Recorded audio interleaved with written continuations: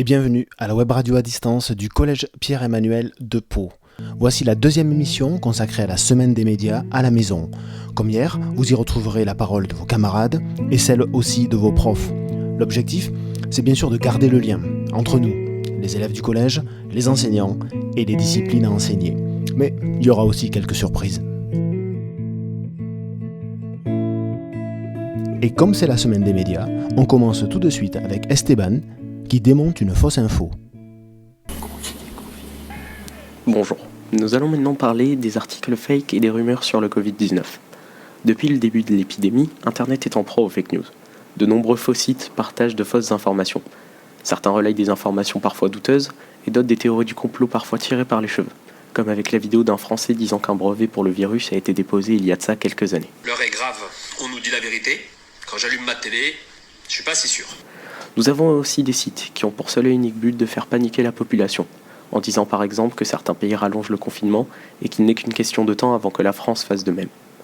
Nous avons aussi des sites ou des vidéos disant qu'il faut se dépêcher de prendre le plus de choses possible au supermarché, ce qui crée de véritables émeutes, voire, pour le cas les plus extrêmes, des bagarres pour du papier toilette ou du gel hydroalcoolique.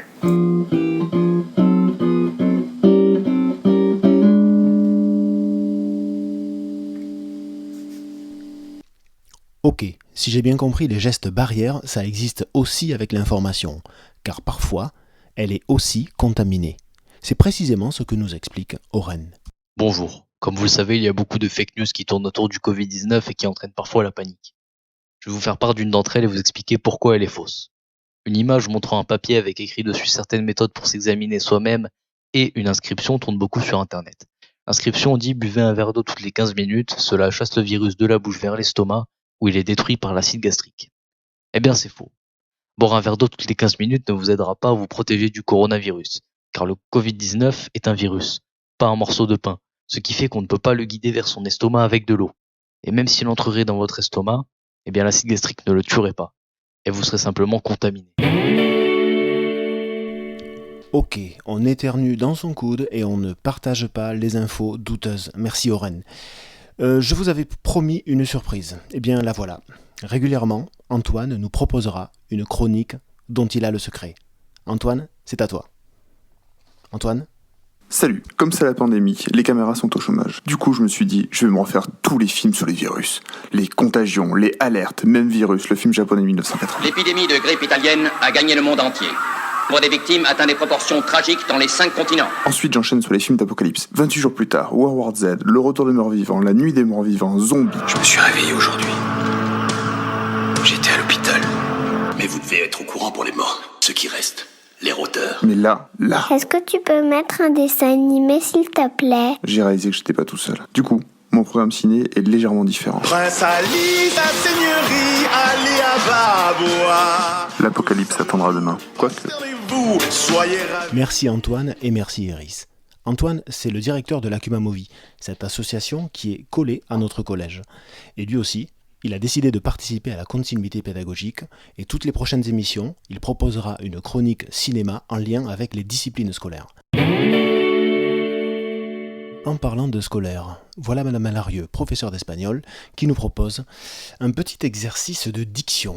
Hola, buenos días a todos. Alors oui, en ces jours de confinement où les Espagnols, eux aussi, sont coincés à la maison à cause du Covid-19, je vous propose tout de même aujourd'hui un peu de soleil, un peu de tapas, un peu d'Espagne. C'est pourquoi je vous lance un défi à vous, élèves, professeurs, parents, auditeurs. Qui sera capable de dire ce trabalenguas ? Un trabalenguas, c'est l'équivalent des chaussettes de l'archiduchesse. C'est parti, on y va ? El cocodrilo come caramelos con sus dientes amarillos. Vous le retrouverez à l'écrit, en commentaire ou sur Poltris. Et je compte sur vous, bien sûr, Seigneur Vergne, pour être le premier à relever le défi. Hasta luego, un abrazo a todos. Allez, puisqu'on me le demande, je vais me tenter. El crocodillo come caramelos con sus dientes amarillos. Oui, j'avoue, je me suis entraîné. Allez, c'est l'heure du journal d'un prof confiné. On retrouve Madame Lesbat. Le confinement, pour moi, c'est la routine. Et Dieu sait que je déteste la routine. Réveil 8h, caresse à Nestor, mon chaton, faire bouillir l'eau pour monter, allumer Poltris, Facebook, Instagram, essayer de garder le lien avec nos élèves. Il me manque. Les blagues de la salle des profs et les cookies de Solange aussi. Je fais du sport. Courir me manque. Je prépare mes cours en essayant d'expliciter au mieux les consignes. De toute façon, ils redemanderont même si c'est écrit. Madame, c'est noté ? Madame, ça rapporte plus de points si je réponds en anglais ? Madame, on écrit la leçon dans le cahier ? Vivement la reprise. En effet, vivement la reprise. On a tous besoin de bonnes nouvelles en ce moment. Et pour ça, il y a Enzo. C'est à toi, Enzo. Bonjour à toute la population française. Aujourd'hui, on se retrouve à la radio la plus écoutée en France, la web radio. Aujourd'hui, je vais vous parler d'un sujet très important qui nous concerne à tous. Ce que je tiens à vous dire, c'est une bonne nouvelle, les amis. Et oui, car même si on traverse un moment terrible dans la France, il y aura toujours une bonne nouvelle pour vous. Voici la nouvelle du jour. Même ce qui se passe avec le Covid-19, il faut savoir qu'il y a quand même des choses positives dans des moments négatifs. Même si à l'heure d'aujourd'hui, nous restons enfermés chez nous, à ne plus pouvoir bouger ni sortir de chez nous, cela apporte quand même de l'amélioration pour sauver la Terre. Car comme vous le voyez, avant que ce virus n'arrive en France, nous circulons avec nos voitures, nos véhicules de transport en commun, etc. Et cela a affecté beaucoup l'Antarctique, car avec la pollution, ce continent commence à fondre. Et oui, maintenant, dès aujourd'hui, il y a beaucoup moins de pollution dans le monde. Et cela améliore la durée de vie du continent. Après, même pas dans 2 mois, si on va devoir reprendre nos véhicules, je pense qu'il faudrait quand même commencer à faire plus attention, à réduire un peu les transports en commun et plutôt utiliser nos jambes, l'énergie physique. Donc j'espère que cette bonne nouvelle vous aura fait sourire et on se retrouve demain pour de nouvelles informations. Bonne journée à vous et protégez-vous bien avec la web radio. Moi, ce que j'aime avec Enzo, c'est son enthousiasme. Et on a tous besoin de bonnes nouvelles avec cette histoire de confinement. Confinement. Qu'est-ce que ça veut dire déjà, confinement ? Je crois que Monsieur Royer et son fils se posent aussi la question. La chronique de Bernard et Félix. Bonjour Félix. Alors, on dit confiserie, confinement ou confinage, dites-moi ? Confinage ! C'est Vous bien le confinage. Vous êtes sûr que c'est le confinage ? Oui. Et la confinerie, ça serait pas bien ? Ah, ça c'est un peu plus clair. C'est un peu plus clair ? Ouais. Ah bon, mais parfait. Bon, bien merci beaucoup. De rien. Je suis à votre service. Confinement.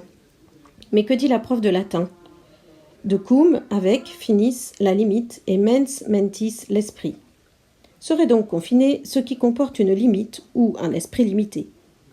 Que cette limite s'impose physiquement sous la forme des murs étroits de l'appartement où l'on confie tranquillement ou pas en attendant la fin du monde, ou moralement à l'esprit qui tourne en rond dans son bocal de confiture. On pourrait penser que le confinement mène aux confins de la bêtise, mais ce serait faire preuve d'une bêtise finie. Merci Madame Chabas. Au moins, la trompette de votre fils n'est pas confinée.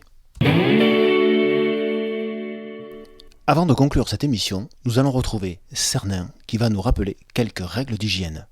Bonjour, aujourd'hui s'achève la première semaine de confinement en France. C'est pour cela que je vais vous rappeler les mesures de sécurité prises en début de semaine par le gouvernement. Les mesures prises par le gouvernement en début de semaine étaient de rester un maximum chez soi pour éviter la propagation du virus, de limiter un maximum ses déplacements en les réduisant aux déplacements dits indispensables, tels que faire ses courses, sortir un animal ou faire une activité physique en solitaire. Car oui, les déplacements doivent se faire seuls et tout déplacement doit être attesté par une attestation de déplacement trouvable sur le site du gouvernement. Voilà, cette chronique s'achève et j'espère qu'elle vous aura plu. Et aussi j'espère que cette deuxième semaine de confinement se passera bien pour vous. Au revoir. Merci Cernin. C'est ainsi que s'achève cette deuxième émission.